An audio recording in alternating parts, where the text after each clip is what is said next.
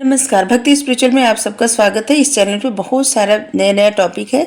आप देखिए, सराहिए, हमें मोटिवेट करिए, जिससे आपको एक अलग-अलग टॉपिक मिलता रहे हमेशा सुनने को।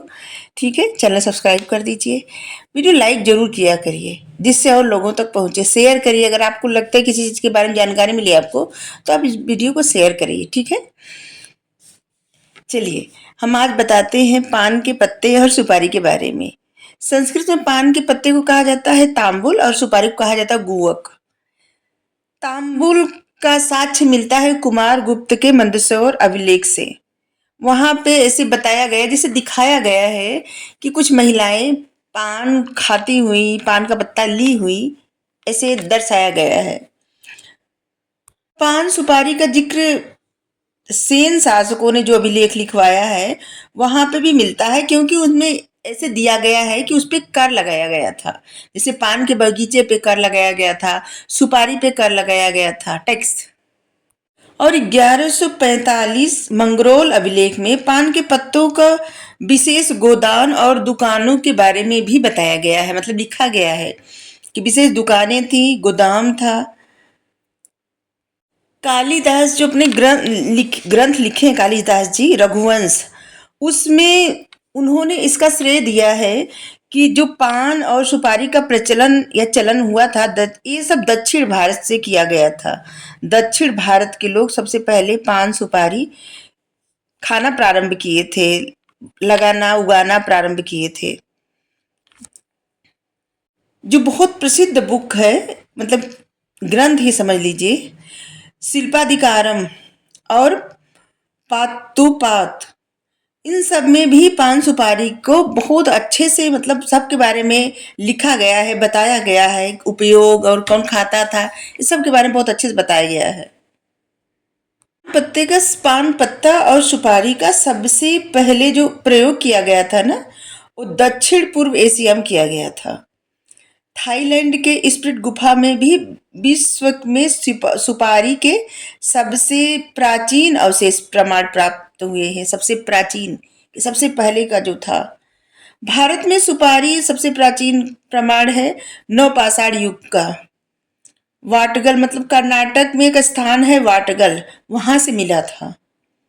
फिलीपींस में 3000 ईस्वी पूर्व में एक मानव खोपड़ी के दांतों में भी पान के, मतलब पान सुपारी कथा के दाग दिखे गए हैं।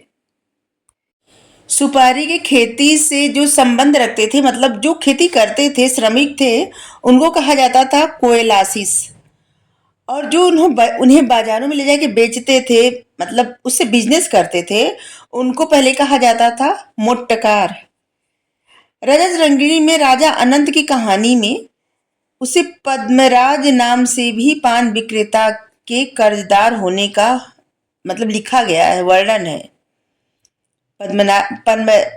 पद्मराज नाम के पान विक्रेता के कर्जदार, जो पान विक्रेता था वो कर्जदार था, उसकी मतलब स्टोरी है रजत रंजनी में।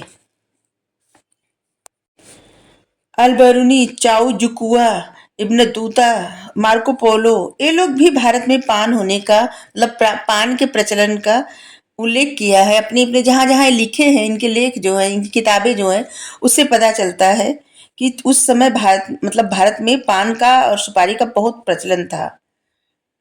गढ़वाल शासक जयचंद्र श्रीहर्ष को राज्यसभा में आने पर प्रतिदिन वो खुद 2 पान दिया करते थे, मतलब 2 बीड़ा पान या 2 पान ऐसे दिया करते थे। 2 पान लिखा गया है। इब्न बतूता के अनुसार मोहम्मद बिन तुगलक एज्जा, एज्जा मतलब होता था विदेशिया, मतलब विदेशियों या विदेशी, विदेशियों का अभिनंदन पान की थाली देके करता था मोहम्मद बिन तुगलक। मार्को पोलो ने भारतीयों और तांबुल, मतलब पान के सेवन और उनके द्वारा हमेशा पान की पत्तियां मुंह में दबाए रखने का भी उल्लेख करता है कि सब लोग पान खाते रहते थे हमेशा। हेमचंद्र दासरे काव्य में ऐसी संभावना व्यक्त करते हैं कि केवल कुलीनों में प्रचलन था कि पान एक दिन में, मतलब 1 पान हर दिन खाना ही चाहिए। लेकिन बाद में ये जैसे गरीबों के लिए आवश्यक बन गया। चाओजुकुआ राजा में कुलीनों में पान की लोकप्रियता बहुत ज्यादा थी। एक वंश हुआ था, उसका नाम था चाओजुकुआ, और जिसमें पान खाने की बहुत मतलब प्रथा थी, एकदम उन लोगों की आदत बन गई थी। लेकिन बाद में तो सब लोग खाने लगे। पहले क्या था ना, सिर्फ कुलीन वर्ग, राजा महाराजा ऐसे लोग खाते थे पान, लेकिन बाद में हर कोई खाने लगा। तो ये पान सुपारी के बारे में जानकारी कि पहले मतलब कहाँ से उत्पत्ति हुई, कौन खाता था, अब तो हर कोई खाता है। तो जानकारी तो होनी चाहिए ना कि कहाँ से पान सुपारी आई थी। तो दक्षिण भारत से आई थी। ठीक है। वैसे तो दक्षिण पूर्व पूर्व एशिया से भारत में आया था, लेकिन इसके बाद दक्षिण भारत में पूरे भारत में आया था। ठीक है। तो आज के लिए इतना ही। अगर आपको अच्छा लगा जरूर बताइएगा। Thank you.